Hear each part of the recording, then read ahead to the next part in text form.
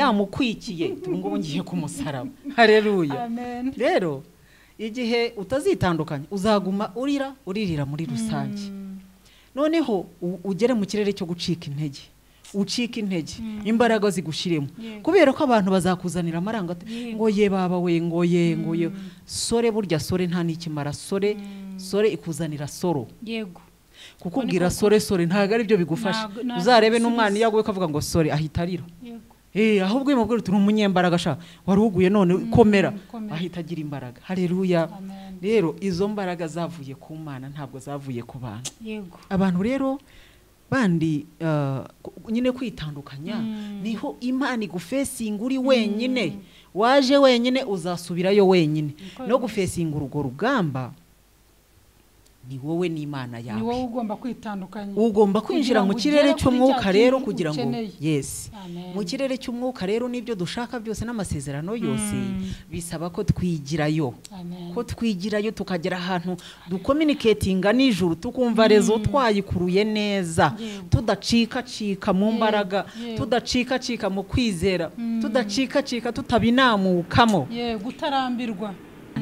Asanga nabo batari ubihandurire. Nabasanga ubwabo batari ubihanduringe.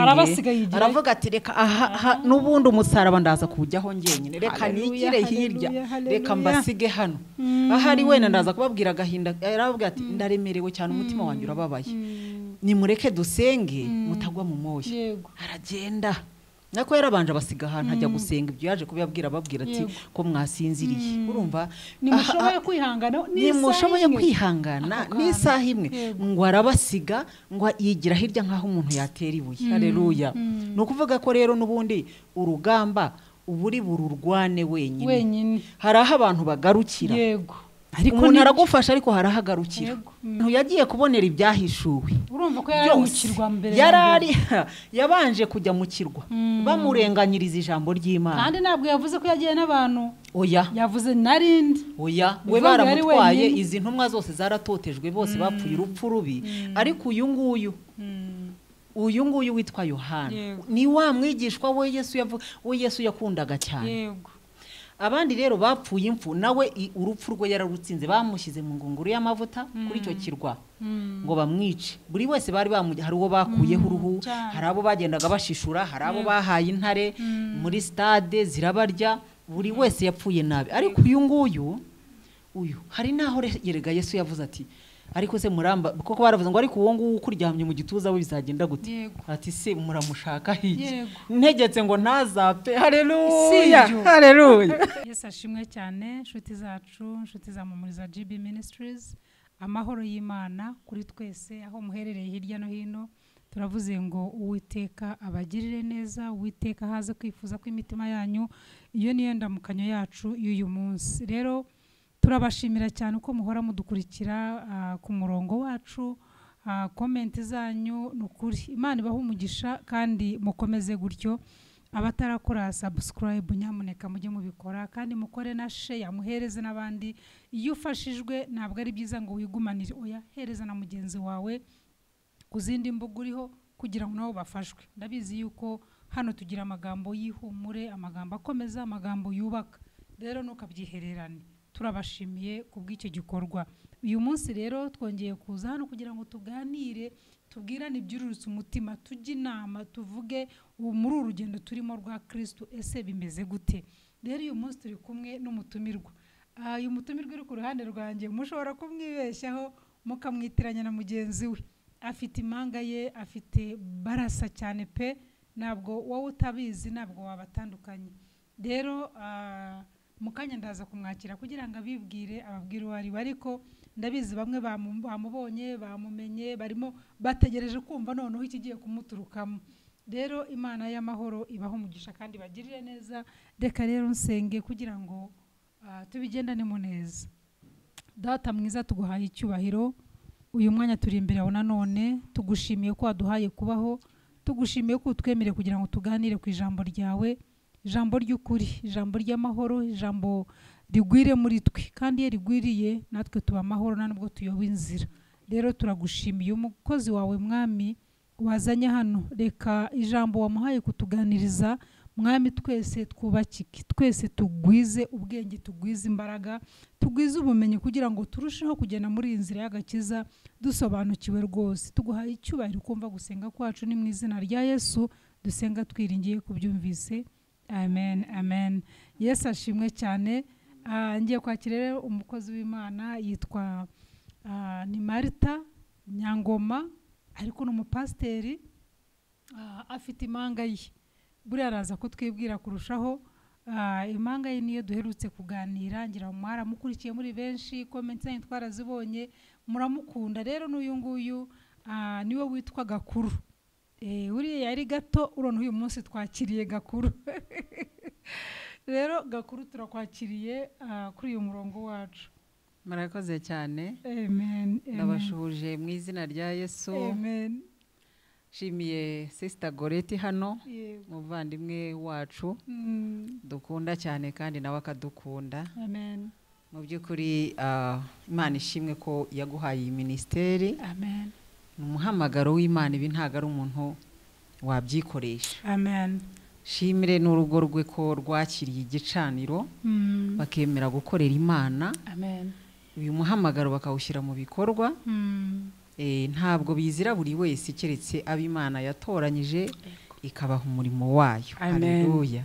Paulo yaravuze ati ndashima Imana ko yabonye ndi uwo kwizerwa ikangabira umurimo wayo. Haleluya. Ubwo rero mwabaye abizerwa, Imana ibaha umugisha. Amen. Nitwa Marita cyangwa se Martha Nyangoma. Irindi ni irya Gakuru nyine. Ni impanga nkuko babivuze. Abatuzi nyine nibyo baba bashaka ko duheraho kubera ko haba havuye indi mpanga. Batagira ngo ni wa wundi havuye kandi. Batagira ngo ni wa wundi. Ntabwo ari wa wundi uwo musanzwe mumenyereye, uyu nundi. Ariko natwe Imana yaratwizeye iduha umurimo wayo. Haleluya. Icyo umwe yakunze n'undi yaragikunze. Ntabwo twabyishyizemo cyangwa ngo hagire ukopera undi, ahubwo Imana yaduhaye icyo kintu kiduhera hamwe. Amen. Rero rwose Imana ishimwe ko yabiduhaye, kuko iyo umwe aza kuba ari mu bindi bintu agenda muri iyi si, undi akaba mu by'Imana, byari kugorana. Ariko Imana yarabikoze, ibidushyira ku mutima ku buryo nta nubwo tumenyerana. Iyo umwe arimo kwigisha, undi amutega amatwi nk'aho yumva umuntu wo hanze, agafashwa. Kandi n'undi yakenera inyunganizi akavuga ati ngira inama kuri iri jambo. Aho kantu tuzakavugaho gutaha. Icyo kintu rwose niko kimeze.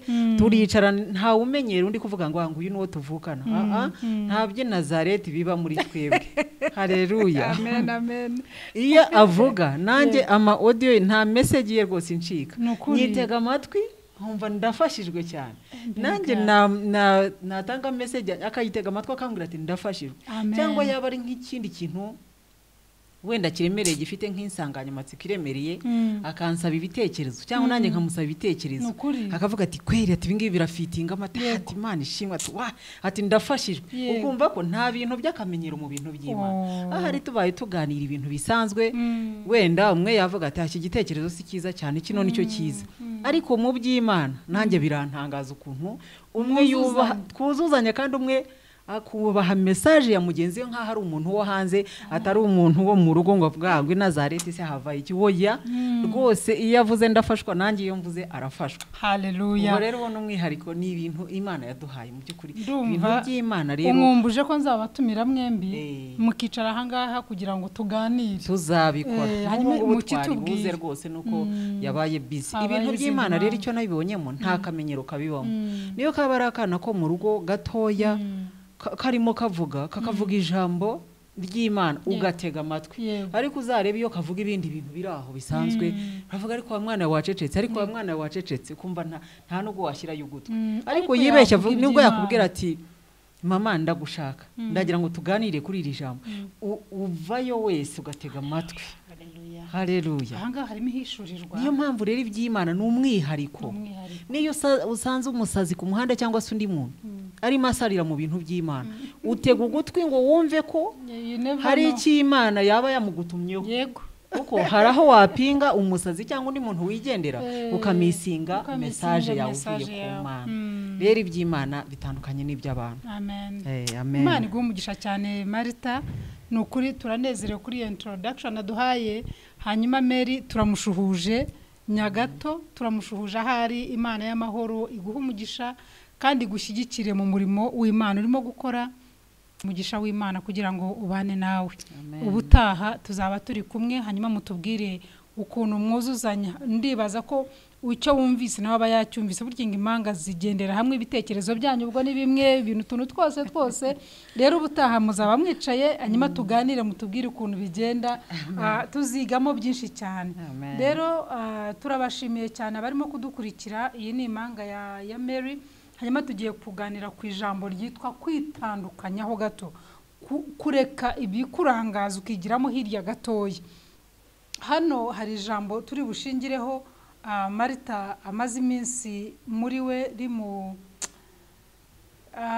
rimuremereye cyane, tugira ngo tuganire. Ese ni izihe nyungu zo kwitandukanya? Ni izihe nyungu zo kwivanga mu bantu? Ese ni izihe ngaruka zo kwivanga mu bantu? Biradusaba kwitandukanya kugira ngo dushyikire ubwami bw'ijuru. Yesu nashimwe cyane. Rero Marita ngiye kumuhereza umwanya atukorere kuri iyo introduction.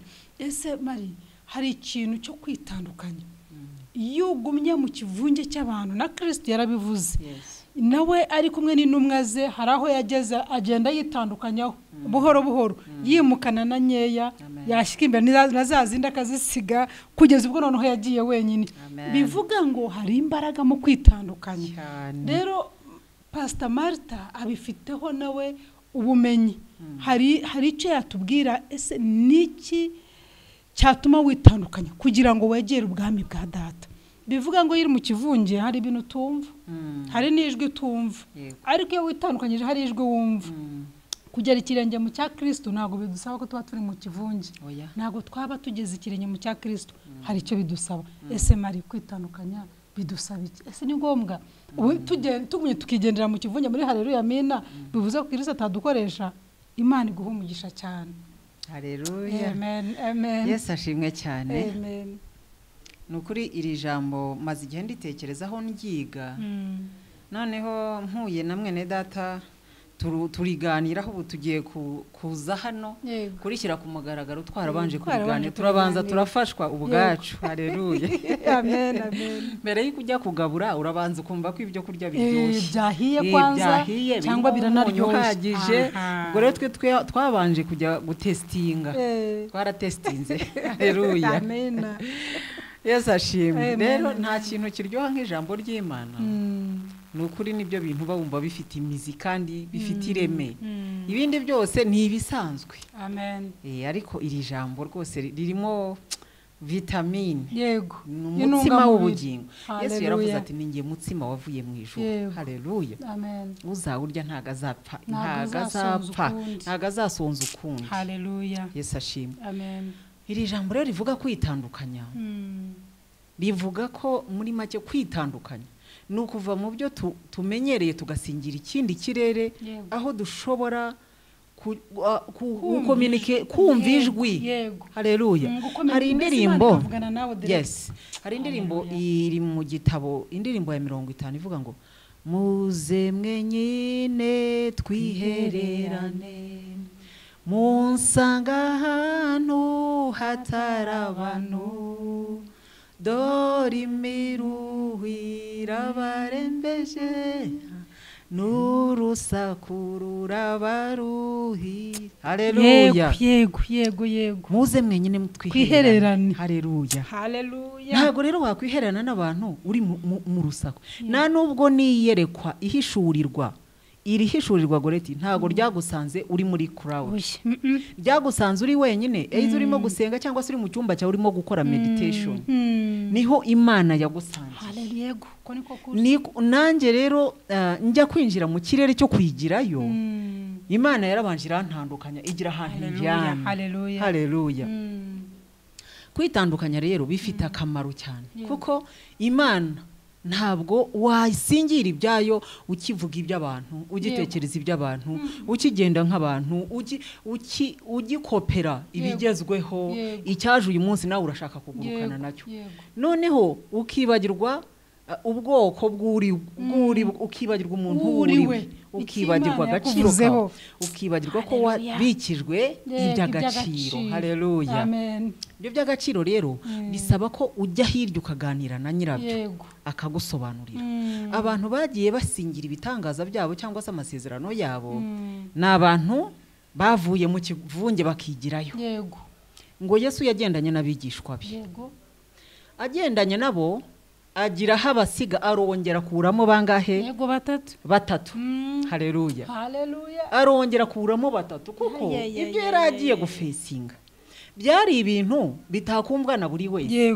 Hirega no mu rugo hari abantu ushobora kubwira ibintu ariko ukagira n'inkora mutima y'ubwira kandi kuri ku mutima. Rero abigishwa ni benshi ariko abahandoringa ibikomeye ni bakeya. Yakuyemo batatu rero kuko aribo icyo kirere bashoboraga kugisingira. Aravuga ngo yagendanye n'abigishwa ariko agira habasiga atwara batatu. Yagiye acagura agira abajya kubwira ibikomeye, agira abajya kubwira imibabaro ye n'agahinda ke, ati ndumva umutima wanjye uremeye. Ahari yaza kubivugira muri babandi bose bari ko uyu mugabo se nawe burya ubwo se bitewe hakagira ujya hirya agafa umunyambaraga nk'uyu wa mugabo uzora bapfu ngo nawe ngo ubu se ko twamukurikiye umutima ngo uraremerewe. Ubwo si byo tubwiye bari gucika intege ni benshi bari kuvuga batesi turamukurikira, bari kuvuga hano maso uyu mugabo noneho bigenze zambaraga se zazuye bapfu. Namenye ko yagombaga kugenda nyine agaca mu kamero k'abantu agafesinga iby'abantu. Atwara batatu n'ababagejeje ahantu urugamba ruraremera cyane. Asanga nabo batari ubihandurire, n'abasanga ubwabo batari ubihandurire, aravuga ati reka n'ubundi umusaraba ndaza kujyaho ngenyine, reka nigire hirya, reka mbasige hano. Ahari wenda ndaza kubabwira agahinda. Aravuga ati ndaremerewe cyane, umutima wanjye urababaye, nimureke dusenge mutagwa mu moyo. Aragenda nako yarabanje abasiga ahantu ajya gusenga. Ibyo yaje kubabwira ati ko mwasinziriye. Urumva nimushoboye kwihangana n'isaha imwe ngo arabasiga ngo yigira hirya nkaho umuntu yatera ibuye. Haleluya. No kuvuga ko rero nubundi urugamba uburi bururwane wenyine. Hari aho abantu bagarukira, ariko umuntu aragufasha ariko harahagarukira. Uzarebe niyo mufasha umurwayi cyangwa se umuntu muramufasha ariko mukagiraho mugarukira, ukagiraho uhangana n'Imana yawe. Haleluya. Aho rero yigiye hirya niho Imana yamwongereye imbaraga ngo arasenga, noneho asuka amarangamutima ye imbere y'Imana. Agarutse asanga babandi basinziriye kubera ko Imana yamukomeje, nawe ashobora kubakomeza. Haleluya. Byamusabye kwigirayo. Igihe cyose tutazigirayo ntabwo tuzamenya amabanga y'Imana. Igihe cyose tuzigira ntabwo tuzabona imbaraga. Gerageza ngo uvuge wishakemo imbaraga kuko ziba ziri muri wowe. Uzibyutse uvuga uti wambaraga wanjye we byuka ngeza hakomeye byuka. Kandi iyo uzibyukije koko zirabyuka. Haleluya. Haraho Paulo yavuze ati iyo mfite imbaraga nkeya nibwo ngira gute, when I'm weak I'm strong. Ni ukuvuga ngo bageze kuri extent, ageze ku rukuta, imbaraga z'Imana zikabyuka. Ahize umuntu zirangiriye za zindi z'Imana wenda yarakirwanira, maze gushirayo Imana noneho bwabo Imana bwayo bugahagurukira muri wowe. Haleluya. Amen.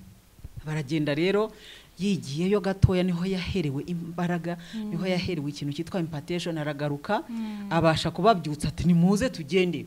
Ungenza ari hafi akagenda yiteguye ngo yudahuye nawe ngo aza kumusoma amujijisha, aramubwira icyo ushaka gukora gikore vuba. Yari yamaze kwitegura, yari yamaze rwose icyo uri hafi gukora gikore vuba. Icyo gihe yari yamaze guhindura ururimi, yamaze guhindura imitekerereze. Imana yamukomeje, yamuteye ibigingi, yamukwikiye. Ngo ngiye kumusaraba. Haleluya. Rero igihe utazitandukanya uzaguma uririra muri rusange. Noneho ugere mu kirere cyo gucika intege, ucika intege, imbaraga zigushiremo kubera ko abantu bazakuzanira amaranga ngo ye baba we ngo ye sore. Burya sore nta nikimara. Sore ikuzanira soro. Kukubwira sore ntago ari byo bigufasha. Uzarebe n'umwana iyo aguye kavuga ngo sore ahita arira. Ahubwo imubwira turi umunyembaraga sha waruguye none komera, ahita agira imbaraga. Haleluya. Rero izo mbaraga zavuye ku Mana ntabwo zavuye ku bantu. Abantu rero bandi nyine kwitandukanya niho Imana igufesinga uri wenyine waje wenyine uzasubirayo wenyine no gufesinga urugo rugamba ni wowe n'Imana yawe ni wowe ugomba kwitandukanya ugomba kwinjira mu kirere cy'umwuka rero kugira ngo yes mu kirere cy'umwuka rero nibyo dushaka byose n'amasezerano yose bisaba ko twigirayo ko twigirayo tukagera ahantu ducommunicatinga n'ijuru tukumva rezo twayikuruye neza tudacika mu mbaraga tudacika mu kwizera tudacika tutabinamukamo gutarambirwa nuko rero icyo kirere nyine kidusaba kwitandukanya turebye ku ngero z'abantu bitandukanyije ni benshi abantu bose bakeneye guhindura amateka baritandukanyije haleluya bigiyeyo Yakobo ava kwa Labani yaraje azana muri make yakoreye Labani aramukorera imigisha iragwira ibintu biragwira bageze aho batangira kubona umugisha batawuhanduringa babona ibintu rwose birakabije batuye umugabo batuvira batangira no kumwambura batangira kumuriganya ageze haravuga ati gihe none Imana imwereke ko igihe neza kigeze ariko ntabwo yari muri icyo gihe mu gukorera imitungo no mu gukorera abagore ntabwo yigeze akemura ikibazo yari yarasize inyuma haleluya Yesu yari afite byose umugisha Imana yamusezeranije yari yarawumuhaye ariko ku ipfundo hari icyari kirimo kitarabonera igisubizo yahugiye rero muri ayo matungo ntago tubona ngo kwa Labani wenda ngo yigeze abona kanya yiherera ntago babitubwira iyo myaka yose yabaye iyo mvune atagira n'igihe cyo kwiherera ngo abanze asubire ku isoko avuga atariko nasize hari ikibazo aravuga arabanza akemura kimwe amenya ngo ibintu arabibonye abana arababonye ariko ageze ahatariko ngomba kuhava sinakirira hano imigisha ndayibonye ariko ntago kiririwe abandi reka nsubire ku isoko aragenda ageze mu nzira akazajya apanga ibihembo by'amatungo byari buture mukuru we ashaka kumuha ruswa kugira ngo amubabarire icyo yamukoreye apanga intuza nyinshi mbese amatsinda y'inka n'intama akabiha umukozi wa mbere ati nakubaza vuge ngo ni murumuna wawe agashyiraho uwa kabiri n'uwa sinzi ntago batubwira toto ariko yari yamuhaye ibintu byinshi pe haleluya noneho arabyohereza kurikizaho abana bakurikizaho iki byose ngo birabanza birambuka byambutse rero aravuga ati ngiye guhangana n'iyi Imana ibanza impindurira amateka haleluya arabanza aritandukanya wibuke ngo igihe yabyaraga yari afite n'urugamba rw'abagore babiri baraho barimo bapinganwa buri kanya umwavuga ni njye wakunda cyane nkunde none arankunda cyane bari muri ibyo bintu by'abana nibaza abana babyaye abana n'amatungo muri make urusaku rwari rwinshi akeneye kubanza akabyigizayo akabyigiza hirya kugira ngo abone umwanya uhagije nuko ngo arabyambutsa asigara wenyine gutyo aravuga ati ngiye guhangana n'iki kibazo ngiye guhangana n'iyi Imana haleluya yikuraho abagore kuko n'abagore ubwabo induru ziba ziraho n'abana utwana n'iki byose ibyo bintu rero akenshi gititandukanye abaja nabo barabyaye kandi noneho ikibazo nabo barabyaye harimo n'abashumba rega bizonka n'amatungo ibintu byari byinshi urusaku amajwi yari menshi amajwi y'intama aravugira hano ayinka akavugira ayindogobe ayihene ayimbwa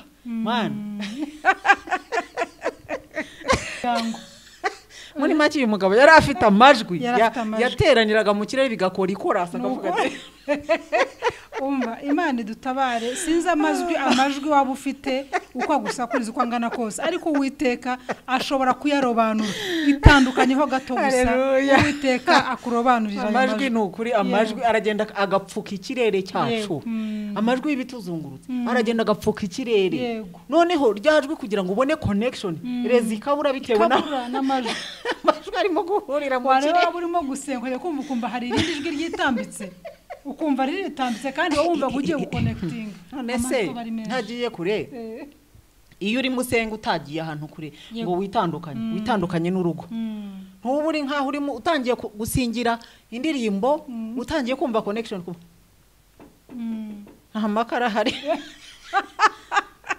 gaze yashize ubwo se iryo sengesho ntuhita erega urisubika pastor niyo atakwirirwa komanga no mu mutima kugira ngo wiyambure yamajwe ugomba kumva mu mutima akubwira ariko hariho utishyuye cyangwa hari umuntu waguhamagaye akubwira ngo ntabwo umaze iminsi utishyura amatarega cyangwa ndaza gukora amazi ndaza ubwo bazi ukavayo mu izina rya amajwi ni menshi ayo rero apfuka connection pe noneho umugabo aravuga ati reka mbyohereze mbanze ngira igihe cyanjye n'Imana asigaraho ngo arasenga aravuga ati Mana nkiza amaboko mbabarira unkize amaboko ya mukuru wanjye kuko mutinya niko yavuze kuko mutinya cyane yari afite ubwoba buvuga ibintu ntunze yego ndatunze n'abana ndababona n'abagore ariko se kuntinya uyu muntu ntabinyambura ijambo ryatumye ava imbere ya se yaravuze ngo nugoma kuri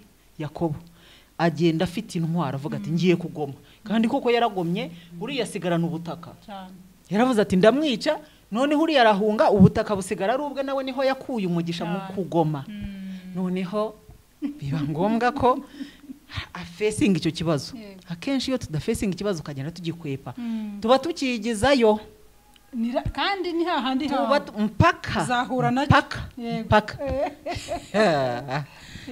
noneho umugabo asigara arasenga aritandukanyije arashaka gusingira ikirere arashaka kwimukira mu kindi kirere hahandi yajyaga yigeze kubona urwego rumanuka abamarayika bamanuka abandi bazamuka agenda Imana yari yamwiyeretse imyereka ko ari kumwe nayo aravuga ati Imana bya bintu nabonye reka mbisubiremo cya gihe nari jyenyine iramvugisha none n'ubu ndashaka kongera nkaba jyenyine ikamvugisha haleluya nuko rero niho ngo yasenze mu ijoro haza umugabo ugiye gucya haza umugabo ngo barakirana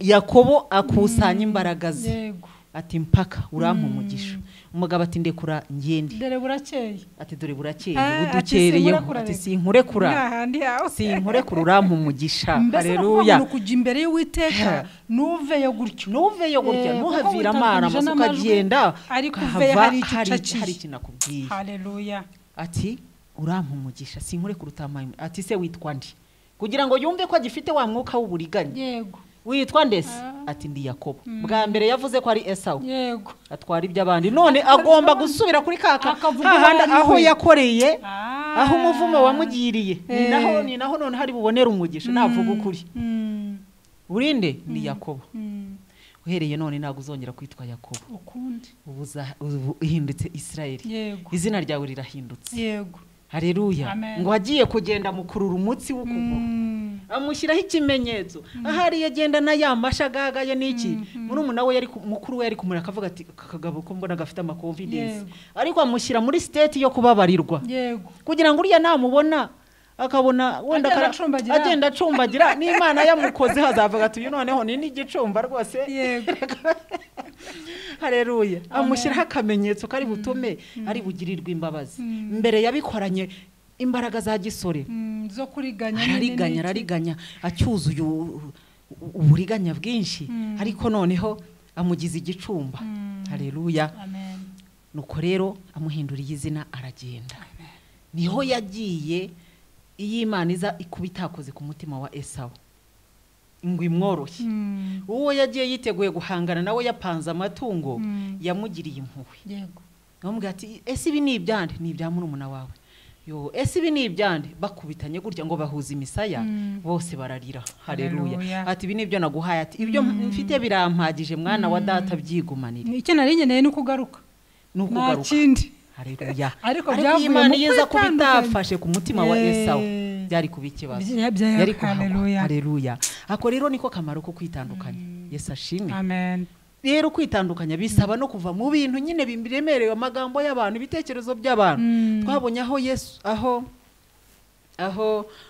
Yesu yabwiye Petero ati uravuga iby'abantu iyo utitandukanyije uvuga amagambo y'abantu ugasa n'abantu nimugire itandukaniro icyo kirere rero impamvu ibitangaza bidakoreka ni ukunanirwa kwimukira mu kindi kirere kirimo ibitangaza tukaguma mu by'abantu tukaguma dusa nabo tukavuga nkabo tukaganya nkabo dusa nabo tukabigana aho kugira ngo batwigane twebwe tukabigana ni bya bindi bigezweho biza n'ibyo utazi aho biturutse byose ugapfa kwigana nawe ukabyigana ugasa n'ayandi mahanga ukagendana nabyo nk'uko abisirayeli bavuze ngo nimuduhe umwami duse n'ayandi mahanga yego ibyo rero nta kirere kibibamo noneho aho Petero aho Yesu yavuze ati nzapfa nzashinyagurirwa n'abagizi ba nabi niki Petero akamushyira ku ruhande kubera ko yamubwiraga amagambo y'ihumure nk'ay'abantu yego ati ntibikabeho wa mwami we ntibikabeho yego iryo jambo uvuze risubiza aho rikuye ntago byakubaho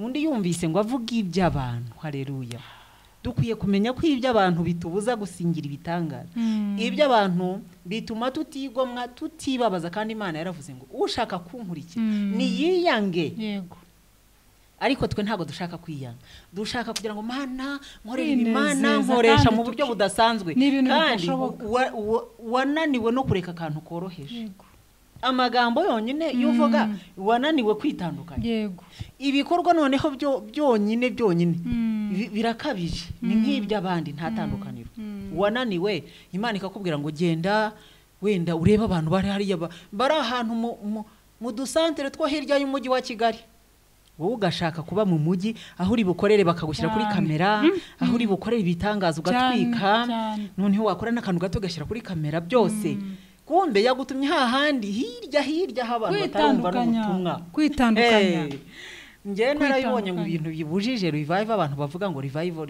izaza koko ariko izaza harimo abahagaze bagakora inshingano yo kwitandukanya yego haleluya amen rero tukajya hahandi muri bwa bugi bwa twatugi turaho tudashyikirwa n'abantu tutarimo abantu abo tubona cyane mbese hadashyushye ukumva ni wajya kumva ngo harimo uyu mujyi urashyushye yego uyu mujyi urashyushye ukaguma aho ngaho noneho n'abantu bashaka no gushinga amatorero n'icyo bamubwira ko mwakwigiye hirya ko ariho abantu bagifite n'inzara y'ubutumwa ni hariya ntabwo wabona abantu hariya wabona ba bandi banyakujya aba ngaba ni babandi bishakira indamo haleluya yumve ko ari bubona amafaranga ariko ntabwo byakunda kwitandukanya ni ugukora ibyo Yesu yakoraga Yesu yaragendaga akajya mu birorero akajya ahantu agenda n'amaguru none twebwe dufite na means of transport dufite n'amamodoka n'izo moto zirahari n'iki hari indege byose ariko kujya hahandi muri babandi bakeneye ubufasha bakeneye ijambo ry'Imana ntabwo njyayo abakozi b'Imana rwose hari abo numvise umuntu yatumiye ati wazaje ugakorera Imana hano yamutumira mu mujyi umwe ntavuze aravuga ati amavuta yanjye ntabwo akora mu cyaro amavuta yanjye akora mu mujyi mwakabyara amavuta yanjye ntabwo arayahanga amavuta yanjye ntabwo arayaho aranga rwose ni live story wowe ntabwo twatinye kuvuga ko atari umukozi w'Imana suko se kandi ubwo ni umuntu wa wundi wo bubaha reka wa wundi ugera hana gatogota kamera mababa baraye gukorera mu cyaro nayo mu mujyi aranga pe Imana imubabarire nubwo wenda atazumva ikiganiro cyacu ariko Imana imubabarire kuko ntabwo aricyo twahamagariwe none se reka nguhe urugero rwa hafi tuzi ko abahanzi rwose n'abahanzi ni beza bakoresha impano yabo kandi bakanayikoresha nka business ntabwo ari icyaha ariko hashobora kuba wateguye igiterane wamuhamagara uti uzaza ukore muri iki giterane rwose tuzaba dufite igiterane kinini muzampa ngahe urumva wenda ntavuga ati nkeneye transport yangeze kuko nabonye abonye umwanya wo gukorera Imana akavuga muzampa ngahe bamubwira nk'amafaranga yakumva atari wenda 300 bamumenyereje akabyanga yakumva ari transport yonyine akabyanga urumva muzampa ngahe nka hari business kandi ubwo ufite impano y'Imana ikurimo abantu bakeneye kugira guti yewe n'abantu baje bakaza ari benshi wahabonera n'umugisha ariko agashyiraho ibintu byo kunegosia by'igiciro Imana tubabarije nabyo nukugenda nkuko abandi bagenda nkuko abandi bahanzi bagenda bacuruza impano kandi wowe ari impano y'Imana yaguhaye kugira ngo uyungukiremo Yesu ariko ufashe n'abandi ufashe n'abandi haleluya ibintu byo kwitandukanya ubwo dusubiye inyuma Petero yabwiye Yesu yabwiye Petero ati nsubira inyuma Satani kuko ibyo uvuga ni iby'abantu ni ukuri iyo turebye aho ngaho tubona ntabwo yari yatukanye yego ni naho hatumye ntekereza kuri iri jambo cyane siko yari yamubwiye amagambo meza avuga ati mwami wanjye rwose amubabariye arimo kumuca intege arimo aramuca intege ati nsubira inyuma satani Petero ashobora kuba yararebye ku ruhande atari kusi hano hari satani hari satani wundi ninde hano kandi ari we bavuze ni ukuvuga rero ine tuguma muri icyo kirere cyo kuvuga iby'amarangamutima y'abantu tuzahinduka ba satani tuba dushaka batubwira pole oya disi oya hariya nugendo hariya birakomeye banza urekeho gato banza ujye gusenga wumve ariko ntabwo ari cyo mbese ugasanga hari amajwi menshi cyane kandi iyo yateze amatwi nta kintu wakora uzabirebe niyo witanze ukajya muri abo bantu wenda ukajya nge najyaga ngenda mu bantu abo ku mihanda yego ariko ukabona abantu baje kukwihetura ngo bumve mbese ukabona amaso arakureba nk'aho uri umusazi uri umusazi cyangwa se uri umuntu ufite ikibazo uhagaze aho hantu ufite ikibazo cyo mu mutwe tu cyangwa se niba uhagaze mu tugi turi aho tutagaragara neza abantu ntibakusanywe n'inkuru urimo kuvuga bagakusanywa no kureba ko uyu muntu afite ikihe kibazo uyu muntu ukasa nk'aho ari muzima ubu yabaye iki ntibamenye ko ari ukwitandukanye kugira ngo Imana igukoreshe muri make niwitandukanya nanone mu buryo bwo Yesu ashaka ibibazo mu matwi y'abantu ibibazo mu maso y'abantu ugomba kubazwa icyakubayeho byanze bikunze ugomba kubazwa habaye iki yabuze iki yarakennye ibintu nk'ibyo agahamagara abakuzi bati ni mutabara ariko se disi noneho byagenze gute kandi urimo urakurikirana Great Commission ngo ugere ikirenge mu cyayo ariko kubera ko isi yahindutse ntabwo ibyakira ntabwo ibishyikira haleluya rero ni ibintu bigoye biragoye bene data mu byemere cyangwa mu bikunde abakozi b'Imana ntange ubwanjye sinari nabona aba bantu bakozi b'Imana bahambaye bagendagenda mu tugito two mu nkengero za Kigali ngo avuga ati imodoka reka nyiparike hano ngende dukora umukwabo wivuga butumwa ariko icyo kintu ni gikorwa revive abantu bashaka bene data izagerwaho mutarushye na bya bitangaza bizagaruka aho byaburiye naho ngaho ngo kubera iki nta bitangaza bikiriho none se ansira hari igisubizo kirahari ntabwo twitandukanye reka da nta muntu ukeneye kugenda ngo ajye kuri agenda aho hantu mutugi ngo dore wa mukozi ngo yo reka da bakubone se uri mu mafeme ntubonana kandi ubwo ngubwo Yesu yagendaga n'ibirenge icyo kintu rero kiragoye tuvugishije ukuri uzabikora revive izamuzaho amen revive izakuzaho ni wiyemera kwitandukanya ubwo rero urumva ko dukeneye kwitandukanya nicyo dukeneye gukora kwigiraho mukeneye namwe abadamu b'ikiciro cyanyu cyangwa se twese nk'uko turi hano tukifata groupe tukagenda tukajya mu mujyi uri hirya abantu bakatubona tugenda muri ako gasantere tukazunguruka tukavugamo ubutumwa kuba bitandukanye nge nibyo ndimo kwifuza ku mutima wanjye tuva mu gasantere kamwe tujya mu kandi bakavuga bati wa hano habaye umukwabo w'abagore baje hano kuvuga ubutumwa urumva niho ibintu bizagira agaciro ububyutse buze iyo umuntu ateye intambwe ububyutse buraza ariko nituguma mu nsengero tuvuga ngo abantu nibaze abantu bakabwiriza ubutumwa abantu bakijijwe kera rwose bahaze bijuse ngo ugaburira umwijusi bararwanya ariko nusohoka uzasanga abantu bafite inzara n'inyota iyo ni nabyo binshimisha kuko iyo nsohotse iyo nteye intambwe rimwe gutya nkajya hirya imirimo y'Imana urayibona ntabwo nshobora kubura abantu bakizwa amen ariko guma hano ahangaha aha mu rusengero rwangu urabwiriza barakureba gusa bongera nta nabo wararitse nibura bumva barahaze ari ibisanzwe bumva ari ibisanzwe ari message za buri munsi bakaguma aho ngaho mana yanjye n'abakristo barimo dukwiye nabo kubigisha ko bagomba gusohoka bakajya kuvuga ubutumwa iyo niyo nshingano nyamukuru ya Kristo ariko abantu bari muri comfort zone nta kizatuma duhaguruke bene data duhaguruke itandukanye va muri ibyo nyibyo bikugirira impuhwe va mu bintu bikubabarira iyo turebye muri mu byahishuwe reka dusome mu byahishuwe turebe aho umukozi w'Imana yaboneye ihishurirwa rimwe umurongo wa 10 haravuga ngo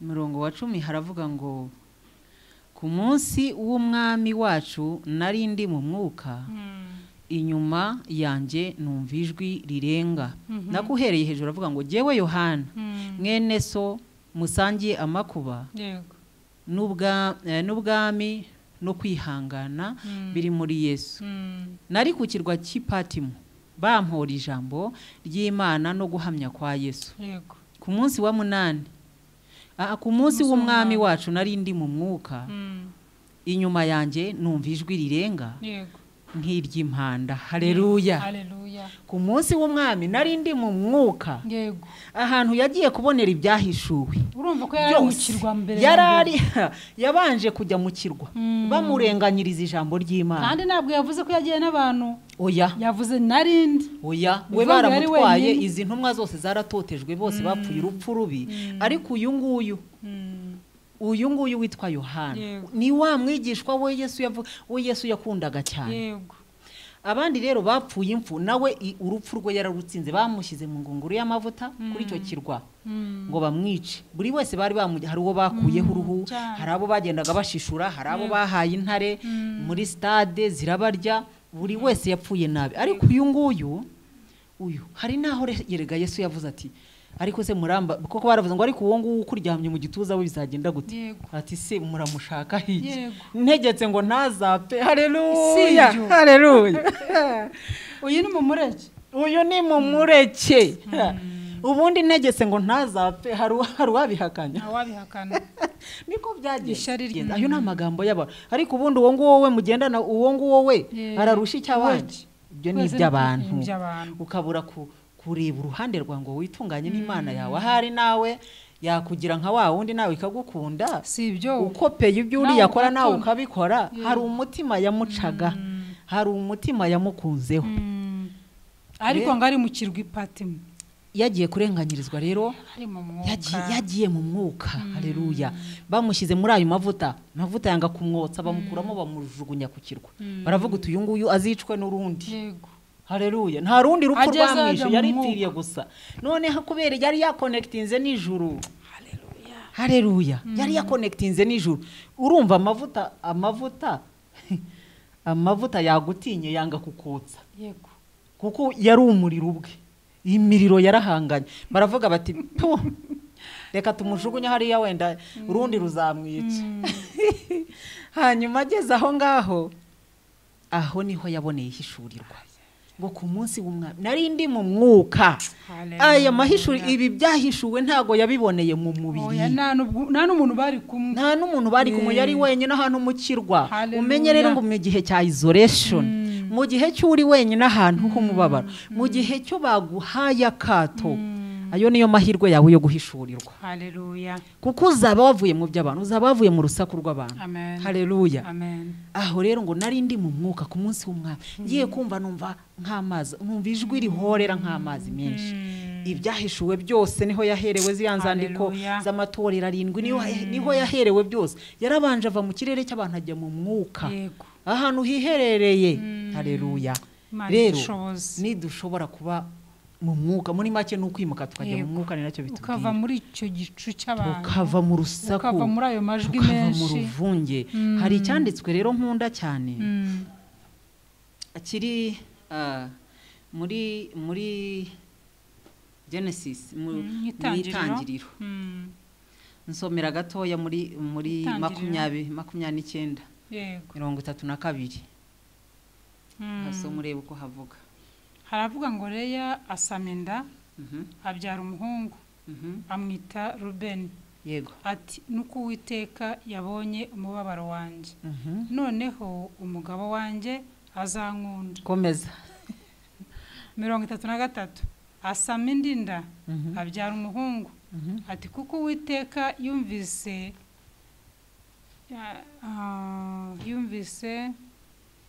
ngwakaye nicyo gitumye anyongera n'uyu amwita Simiyoni asama indinda abyara umuhungu ati noneho ndafatana n'umugabo wanjye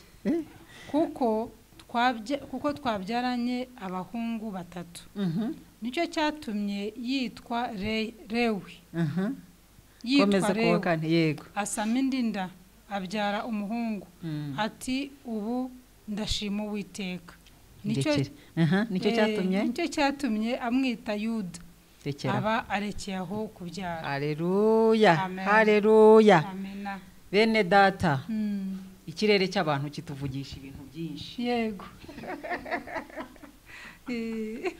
Tubonye umugore wari warishwe n'agahinda. Umugore wo bitaga inyangwakazi. Hari inkundwakazi, hari n'uriya.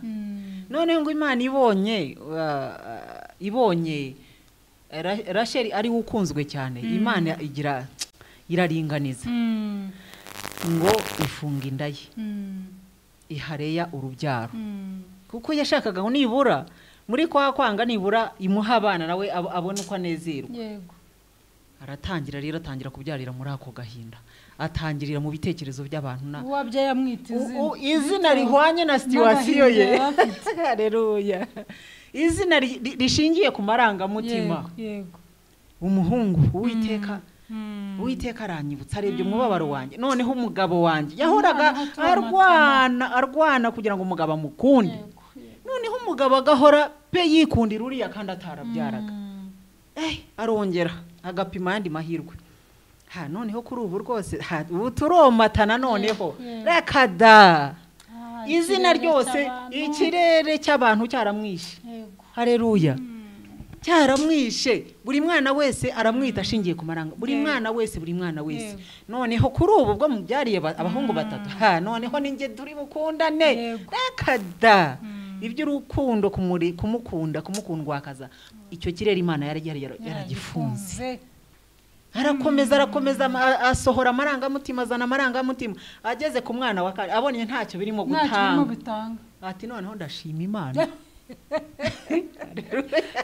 Bivuze nihishurijwe yabonye bati yewe ni hahandi naho nakomeza nkabyarangira ngo ni ukuvuga yararimo avuga iby'abantu gusa, iby'abantu rusange bavuga, iby'abo muri iyi si bavuga. Noneho uriya disi, noneho disi we, noneho urumva, ariko nubwo byararabeshya disi ntibamureba, reka da ntibamureba, yumva amagambo hanze, yumva iki, akabona bariya bifashe ari peya baragenda, we ari muri izo mpinja arimo arivurugutamo, bariya bagasohoka, bariya bakagenda ari peya bamurisha umutima. Noneho barababaye cyane, buri kanya agahora ashaka ko umugabo yamwereka rwose urukundo, amushimira mu byatsi nawe ubyara reka da. Ageze aho yageze akavuga ati noneho ndashima Imana yarabivuyeho. Uwo mwana rero, kubera uwo mwana yitiwe mu kirere cyo gushima Imana, yabaye umwana w'intangarugero. Haleluya. Uwo mwana niwe wahinduye amateka ya Leya. Haleluya. Uwo niwe Yuda. Tuvuga ngo intare y'umuryango wa Yuda. Niyo ureba iyo Yakobo yararimo abaraga, ibyo yamuvuzeho byari biteye ubwoba, kubera ko yamwise izina yamaze kwimuka mu by'abantu cyane, yamaze gushyira hasi by'abantu, avuga ati yewe narabigerageje byara, noneho ndashima Imana. Haleluya. Avuze ngo arashima Imana, iryo jambo kwatura konyine, shifting y'akanya gato, nubwo nyuma yaje kubisubiramo akavuga ati reka muhe n'abakozi banjye. Yego. Ariko akanya gato yayitandukanyije, yabonye igitanga, yabonye umwana utandukanye n'abandi. Abona Yuda. Haleluya. Amen. Abona Yuda, wa mwana wavuzweho amasezerano akomeye cyane, aho Yesu akomoka, umwana w'intwari, kubera ko yamwitiye mu kirere cyo mu mwuka, yavuye mu by'abantu. Haleluya. Imana ishimwe cyane. Yesu ashimwe. Nukuri kwitandukanya ukava mu kirere cy'amajwi menshi, ukemerera Imana ikavugana n'umutima wawe, hari ibihinduka cyane. Turimo tuganira, ndagira ngo tubwire abadukurikira ngo gerageza kwitandukanya, gerageza kuva mu kirere urimo. Hari amajwi menshi, hari ibiguca intege, hari ibikuzamura, hari bikubwira ngo rega ni wowe ugezweho. Mu gihe ucyumva ari wowe ugezweho, ntabwo Imana izavugana nawe, ariko gerageza gushyira hasi ayo majwi, maze wigiremo hirya gatoya.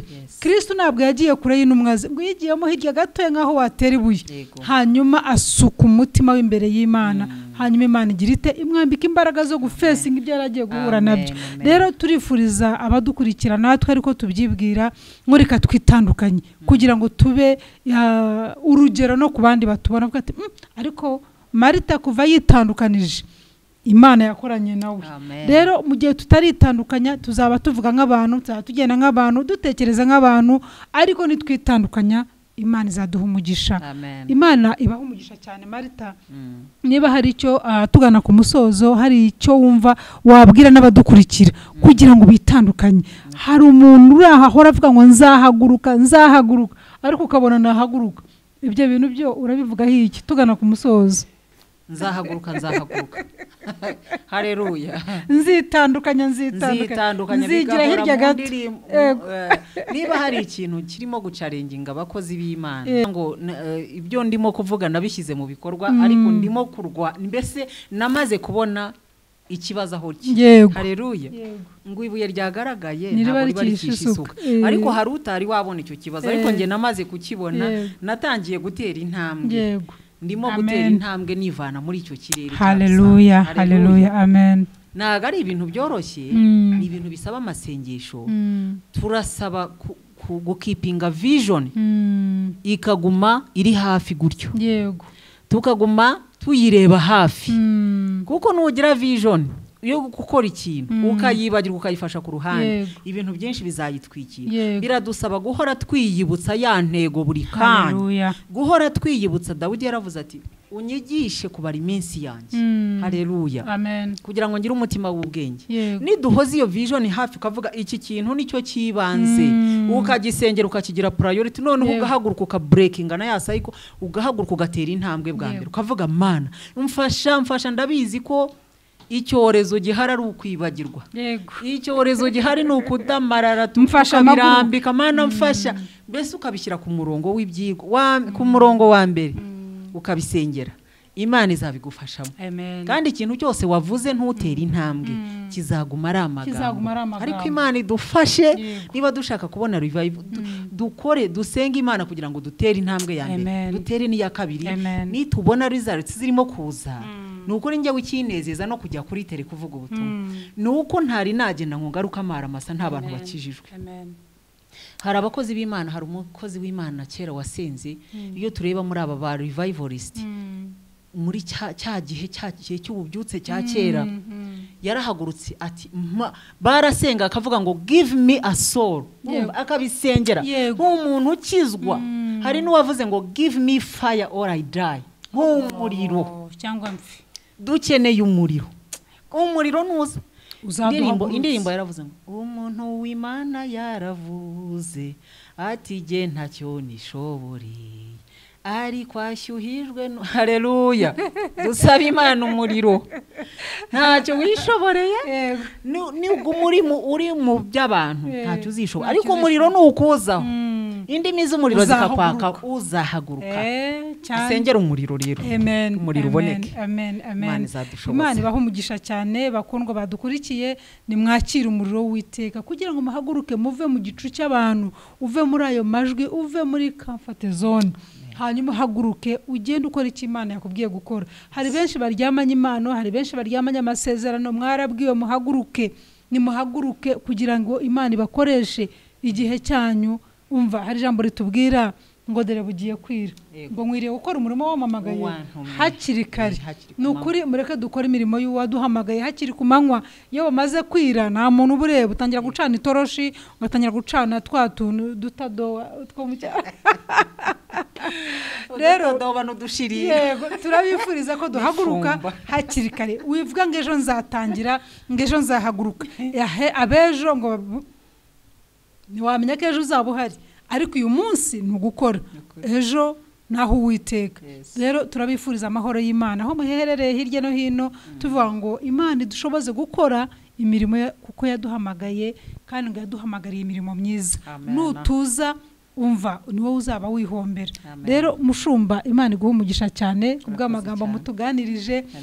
Umwanya watubanye muke, ariko tuzakomerezaho. Ndagira ngo usengere iteraniro, ubasengere kugira ngo buri muntu yumve icyo Mwuka Wera arimo kumubwira muri wahaguruke.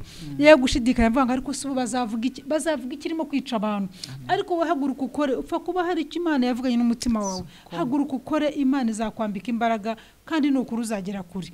Amahoro y'Imana bane namwe. Amen. amen haleluya amen usoreje kuri ako kajambo kavuga ngo bazavuga iki yego bazavuga iki iyo bazavuga iki niho ruzingiye ni ikibazo gikomeye cyane cyane abantu baravuga ariko n'imbogamizi. nibambona mvuga bazagira ngo nasaze na Yeremiya yarabivuze ati Mana bazavuga ngo ndumuci w'imigani yego. umenye ko icyo urimo guhura nacyo ntabwo ari we wa mbere ariko Yeremiya yarahagurutse arakora baramucarenginga ariko yaje kugera kuri results zikomeye Hallelujah. n'ubu dufite igitabo cya Yeremiya n'umuhanuzi ukomeye cyane haguruka rero wiyambure wiyambure kirazira wiyambure iby'abantu Yego. wiyambure ibya karica Amen. ujye hari uvugira imana yawe karica ntaho yatugejeje bene data abenshi yatugize gutyo cyane yaradukunja kunje Yego. twima ijambo ariko umwami Yesu niwe ufite ijambo niwe tugomba kuvugira niwe tugomba gukorera kuko nibyo bizadukurikirana ni nabyo bizaduherekeza kugeza Yego. mu bwami butazashira cyane mureke dusenge amen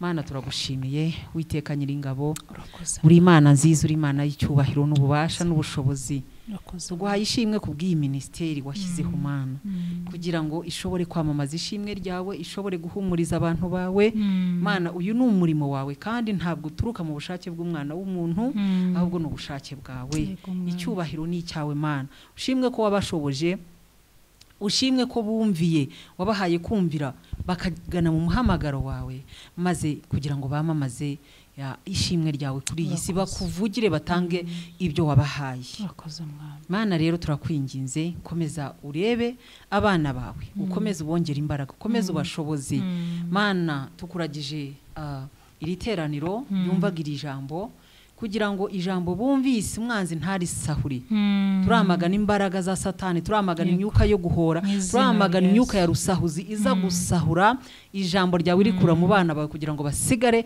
ntacyo bafite basigare bari empty nta jambo ribarimo Mana ririndire umutima wawe kugira ngo buri wese akomeze aritekerezeho arebe uburyo yakwimuka mu byo amazemo igihe arebe uburyo yakwimuka ku musozi yamaze igihe azungurukaho asingira ahandi asingira ikindi kirere kugira ngo abone ibitangaza byawe abone imikorere yawe kuko ukorera ntabwo ukorera mu by'abantu ahubwo ukorera mu by'Imana Uwiteka rero tugirire neza kugira ngo twese uko tuvuze natwe abavuze n'abumvise twese tuzirikane ibyo tuvuze n'abumvise bazirikane ibyo bumvise kugira ngo tubishyire mu bikorwa ntibigarukiraho rero dusengeye uyu murimo kugira ngo ukomeze ujye mbere ukomeze utere imbere uwuzanira abaterankunga uwagure Mwami uwagure kugira ngo igihe kimwe tuzabe dufite iteraniro rikomeye cyane maze izina rya rikomeze gushyirwa hejuru no guhimbazwa ni mu izina rya Yesu Kristo Mwami wacu amen amen